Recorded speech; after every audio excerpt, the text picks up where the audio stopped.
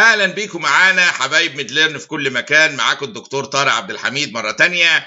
الكيس دي كيس فيري انترستنج، اللي قلنا طفل عنده فيفر وارثرايتس وبدا يجي له اعراض ديسنيا وكاردياك مانيفستيشنز، دي كلها مع السكين ليجن ده هو تخليني افكر ايه لما الاقي الكومباينيشن ده.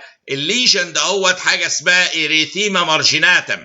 كان واحد من الميجور كرايتيريا اوف روماتيك فيفر. لو تفتكروا ايه الميجور كرايتيريا؟ ارثرايتس، كاردايتس، كوريا، اشوف نوديولز اند اريثيما ايه مارجيناتم. هي دي بقى الاريثيما ايه مارجيناتم.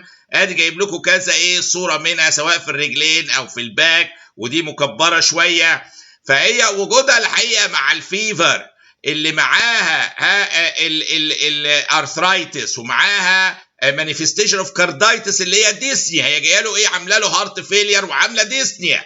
فانا ايه جبتها من الاخر. عيل ما بيشتكيش من هارت فيلير يقول لك انا عندي ديسنيا او نهجان. الام بتشتكي تقول لك مع وجود السكين ليجن ده دي تيبيكال اريثيما مارجيناتم بتاع الايه الروماتيك ايه فيفر. وعشان افكركم الروماتيك ايه فيفر دهيتها اللي كانت الميجور كرايتيريا ما فيهاش الفيفر. الفيفر دي ماينور كرايتيريا تيجي مع مليون مرض تاني، لكن ارثرايتس، كاردايتس، كوريا، اشوف نوديولز واريثيما مارجيناتم هم الميجور كرايتيريا. وكان التشخيص 2 ميجور او واحده ميجور و2 ماينور سيمبتومز شوفوها في الروماتيك فيفر، ومعاها any evidence of previous streptococcal infection. عشان بس ايه نكمل الصوره. ولكن في هذه الحاله الطفل اللي جاي له ارثرايتس وتيبيكالي بتبقى فليتنج ارثرايتس، بتيجي في البيج جوينتس، بتريسبوند للساليسيلات.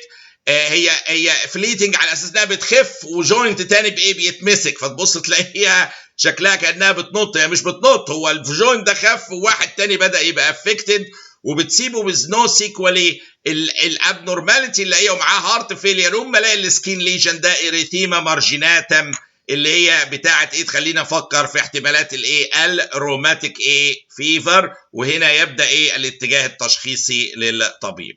والى اللقاء مع كيسز اخرى جديده باذن الله. شكرا جزيلا. باي باي.